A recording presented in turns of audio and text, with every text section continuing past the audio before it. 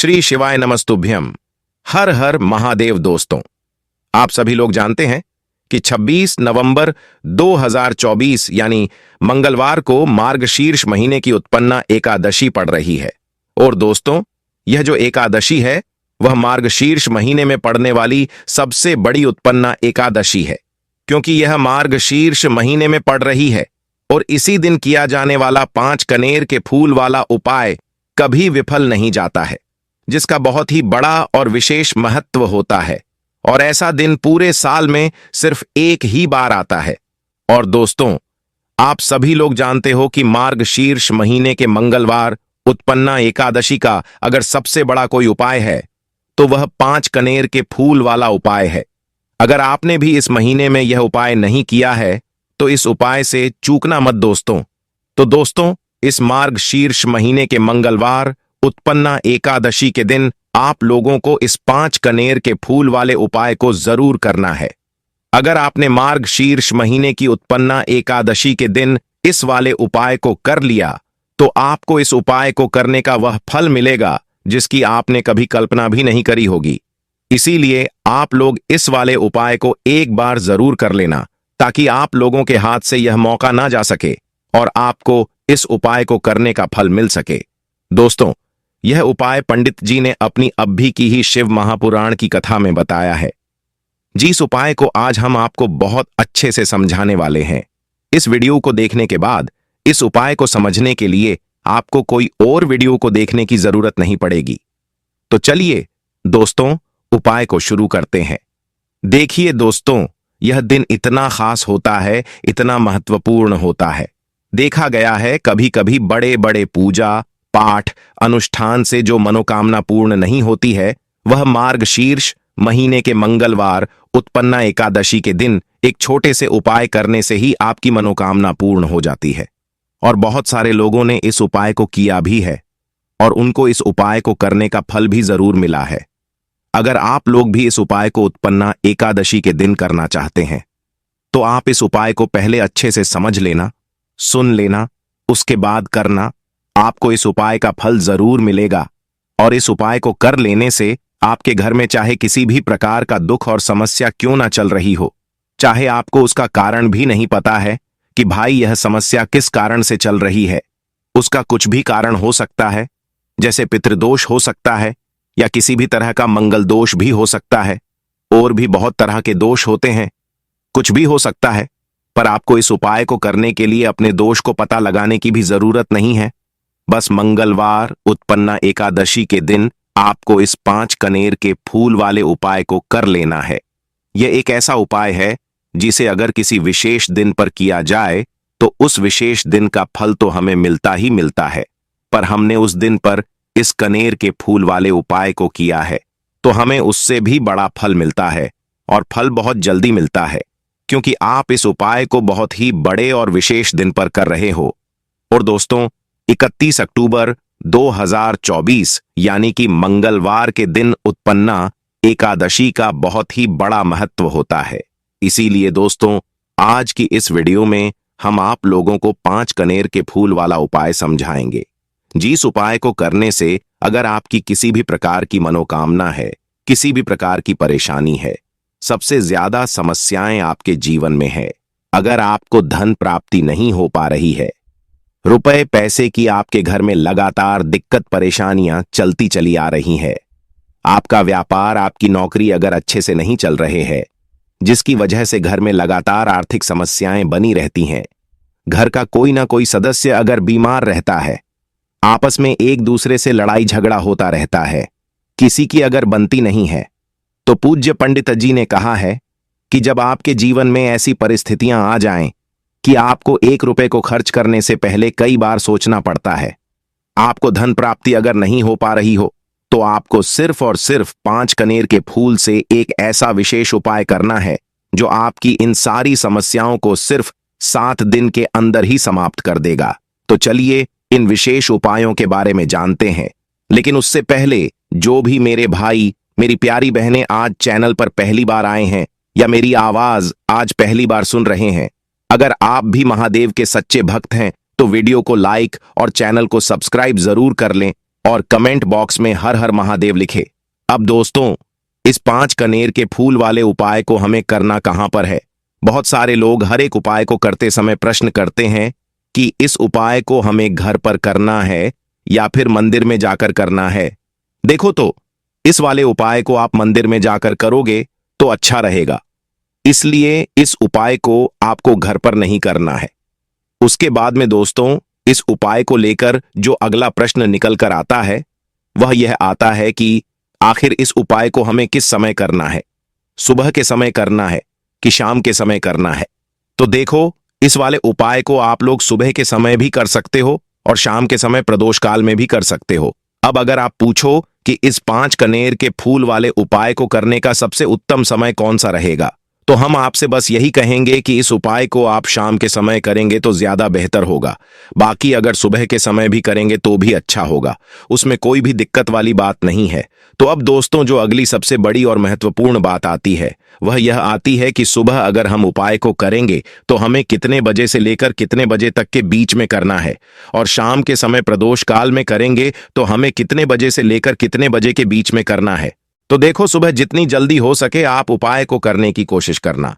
बाकी अगर किसी कारणवश लेट भी हो जाओ, थोड़ी देर भी हो जाए, तो 10 या 11 बजे तक भी आप उपाय कर लेना, पर 12 बजे से ज्यादा देरी ना हो, इस बात का ध्यान रखना। उसके बाद में दोस्तों, अगर शाम के समय प्रदोष काल की बात करें, प्रदोष काल का जो समय होता है वह शाम के 6 बजे से शुरू हो जाता है। मतलब शाम के 6 बजे से लेकर 7 बजे के बीच का जो समय होता है, यह समय प्रदोष काल का समय होता है। पर अब भी जो मौसम चल रहा है, इस मौसम में शाम बहुत देरी से होती है, तो आप इस उपाय को 7 या 8 बजे के बीच में भी कर सकते हो। मतलब शाम के 6 बजे से रात 8 बजे के बीच में आप कभी भी इस वाले उपाय को कर सकते हो, उसमें कोई भी दिक्कत वाली बात नहीं है। बस मंगलवार उत्पन्ना एकादशी के दिन कोशिश करना कि थोड़ा समय के अंतर्गत ही कर लो, पर किसी कारणवश अगर ना कर पाओ तो फिर आप थोड़ा देरी से भी कर सकते हो, आपको उपाय का फल जरूर मिलेगा। तो अब हम उपाय कैसे करना है वह समझते हैं। सबसे पहली चीज दोस्तों, यह जो उपाय है यह 5 कनेर के फूल वाला उपाय है। तो सीधी सी बात है, इस उपाय में हमें 5 कनेर के फूल तो लेने ही लेने पड़ेंगे। अब यहां पर एक सबसे बड़ी गलती होती है जो कि आप उपाय में करते हो और आपको पता भी नहीं लगता है, जो कि हम आपको बताते हैं। देखिए, जो आप 5 कनेर के फूल लेकर आओगे, सबसे पहले तो कनेर का फूल आप लोगों को पता होगा कि कैसा होता है। हम आपको बता देते हैं कि कनेर के फूल वह होते हैं जो कि पीले कलर के होते हैं, लंबे लंबे से होते हैं, आप लोगों ने देखे भी होंगे। तो आप लोगों को वैसे ही 5 कनेर के फूल लेकर आने हैं। ये कनेर के फूल आप लोगों को बहुत आसानी से मिल जाते हैं, बस आपको इसका पेड़ ढूंढना होता है, और बहुत सारे फूल उसमें लगे हुए होते हैं, कुछ भी कमी नहीं होती है। बस दोस्तों, आपको यहां पर ध्यान इस बात का रखना है कि कनेर के फूल का पेड़ कहीं बाहर लगा हुआ हो, वह किसी घर या फिर किसी जगह के अंदर नहीं लगा हो। किसी का वह पेड़ नहीं है तो आप बिना पूछे ही वहां से कनेर के फूल तोड़ कर ला सकते हो। पर अगर कोई कनेर का पेड़ किसी के घर के अंदर लगा हुआ है और आपको वह कनेर के फूल उसके घर के अंदर से चाहिए, तो भाई उससे पहले पूछना कि हम आपके पेड़ में से 5 कनेर के फूल ले सकते हैं, क्योंकि यह वाले जो 5 कनेर के फूल आप लोग ले रहे हो वह उपाय के लिए ले रहे हो। और भगवान शिव जी को उपाय जब हम करते हैं तो पूर्ण रूप से हम पूरे विधि विधान से करते हैं।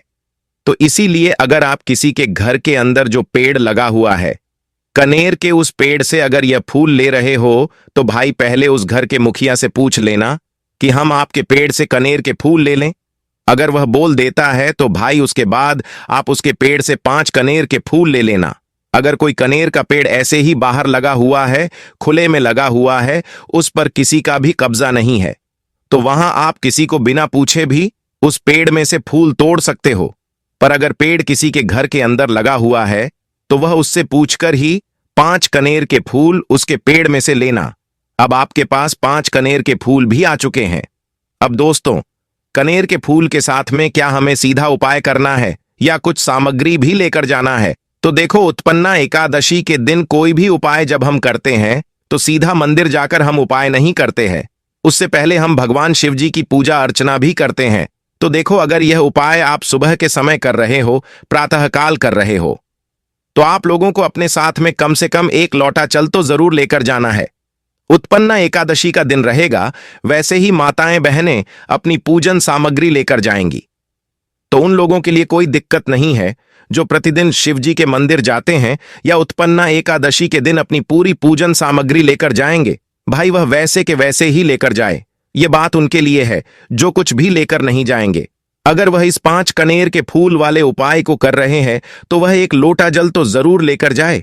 उसके बाद में दोस्तों शाम के समय की बात करें तो भाई शाम के समय अगर आप लोग इस 5 कनेर के फूल वाले उपाय को कर रहे हो तो अपने साथ में गोल बाती का घी का दीपक जरूर लेकर जाना। जो घी का दीपक लोगे वह आटे का होना चाहिए। आटे का होने के साथ में उसके अंदर गोल बाती रखी जाएगी। वह गोल बाती आप अपने हाथों से बनाओगे तो ज्यादा बेहतर होगा।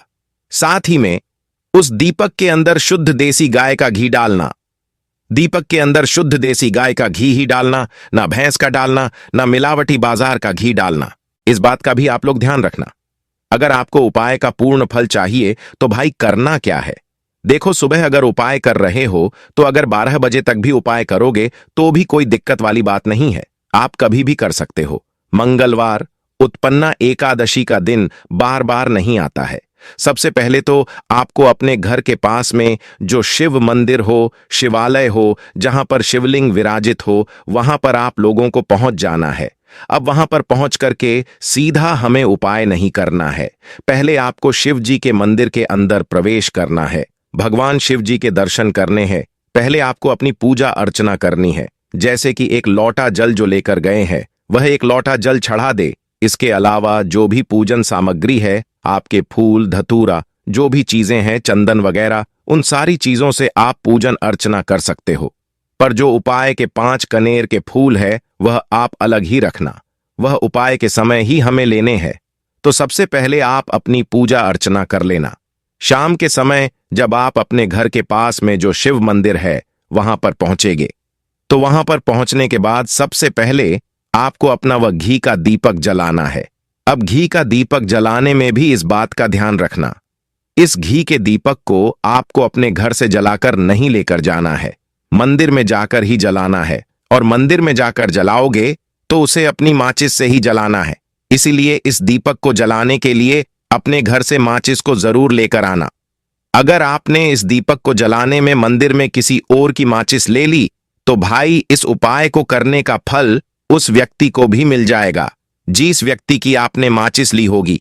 इसलिए आप अपने घर से अपनी ही माचिस लेकर जाएं। उसके बाद में दोस्तों आप लोगों को एक बात का और ध्यान रखना है कि जब आप उस दीपक को प्रज्वलित कर दो, प्रज्वलित करने के बाद उस दीपक से आप चाहो तो आरती भी उतार सकते हो, अन्यथा कोई दिक्कत वाली बात नहीं है। आप उस दीपक को भगवान शिव जी के इतने पास मत रखना कि भगवान शिव जी को आंच लगे, थोड़ी दूरी बनाकर ही रखें। आप उस दीपक को भगवान शिव जी के शिवलिंग के बहुत पास में मत रखना, क्योंकि अभी हम भगवान शिव जी को प्रसन्न करने वाले हैं। तो इसीलिए भगवान शिव जी को आंच ना लगे, इतनी दूरी बनाकर आप उस दीपक को रख दीजिएगा।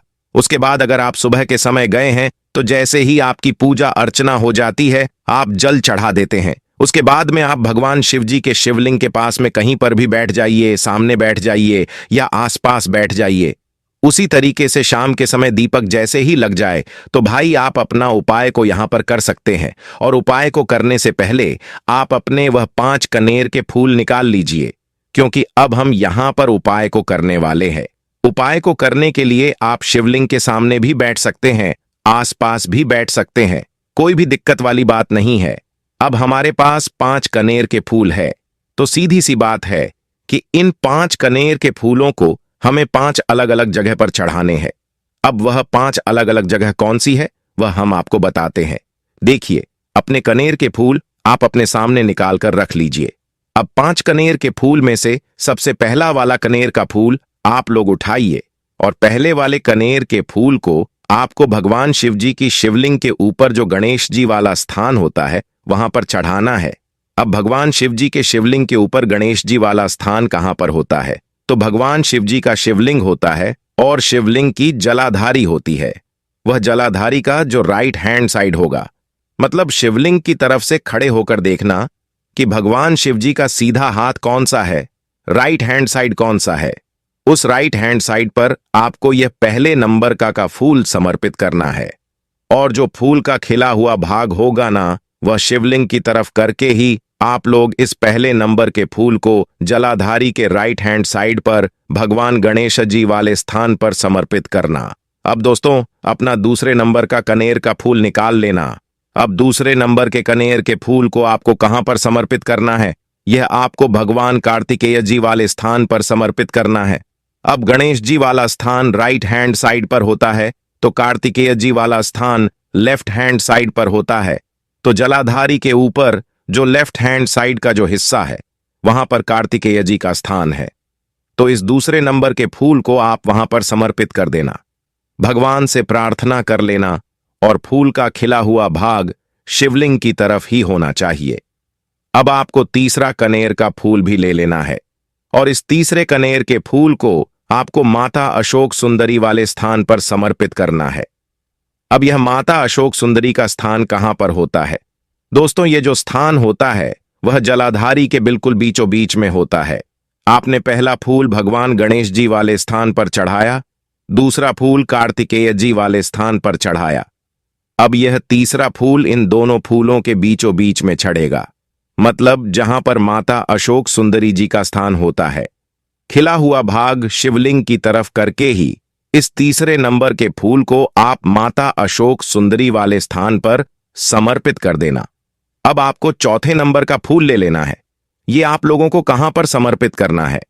तो यह फूल आपको भगवान शिव जी के शिवलिंग के ऊपर जो एक पात्र टंगा हुआ होता है, जिससे बूंद बूंद करके जल टपकता है, जिसके अंदर शिव जी की 5 बेटियों का स्थान होता है, जया, विषहर, शामिलबारी, देव और दोतली। उस पात्र के अंदर आप लोगों को यह चौथे नंबर के फूल को समर्पित करना है। अगर किसी कारणवश आपका वह पात्र शिवलिंग के ऊपर जो पात्र टंगा होता है, जिससे बूंद बूंद करके जल टपकता है, अगर वह पात्र उपस्थित ना हो, तो फिर आपको क्या करना है? आपको शिव जी की 5 बेटियां जया, विषहर, शामिलबारी, देव और दोतली का नाम लेकर जलाधारी के ऊपर ही इस चौथे नंबर के फूल को पर समर्पित कर देना है। उसके बाद में दोस्तों, अब 5वें नंबर के कनेर के फूल की बात करते हैं। तो जिस मंदिर में आप गए हो वहां पर अगर त्रिशूल लगा हुआ है, तो भाई त्रिशूल का एक मध्य भाग होगा जहां से वह त्रिशूल के तीनों भाग निकले हुए होंगे। तो आपको वह त्रिशूल का एक मध्य भाग देख लेना है। उस मध्य भाग पर आपको इस 5वें नंबर के कनेर के फूल को छुआना है, स्पर्श कराना है और स्पर्श कराने के बाद इस 5वें नंबर के फूल को भगवान शिव जी के शिवलिंग के ऊपर समर्पित कर देना है। अब दोस्तों, अगर वह त्रिशूल भी आपके मंदिर में उपस्थित ना हो, तो आप सीधा सीधा यह जो 5वें नंबर का कनेर का फूल है, वह भगवान शिव जी के शिवलिंग के ऊपर समर्पित कर देना। बस इस बात का ध्यान रखना कि फूल का जो खिला हुआ भाग है वह सामने जलाधारी की तरफ होना चाहिए और फूल की डंडी का भाग है वह शिवलिंग के पीछे की तरफ होना चाहिए। तो इस बात का आप लोगों को ध्यान रखना है। जैसे ही आप लोग यह 5 फूल समर्पित कर देते हैं, तो वहीं पर भगवान शिव जी के शिवलिंग के पास में बैठकर हाथ जोड़कर विनंती कर अपनी वह मनोकामना बोलना, जिस मनोकामना के लिए आप लोग यह वाला उपाय कर रहे हो। अपना वह दुहक और समस्या बोलना जिसके लिए आप लोग यह वाला उपाय कर रहे हो।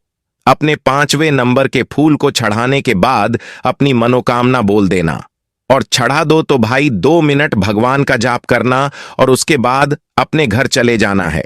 पूज्य पंडित जी कहते हैं कि जो भी व्यक्ति इस प्रकार से यह उपाय कर लेता है, उसकी सभी मनोकामनाएं पूरी हो जाती हैं। आप इस उपाय को उत्पन्ना एकादशी के दिन जरूर करें। उपाय को करते समय कोई भी गलती ना करें। अगर आपको हमारी वीडियो पसंद आई हो तो वीडियो को लाइक और चैनल को सब्सक्राइब जरूर करें। हर हर महादेव। ओम नमः शिवाय।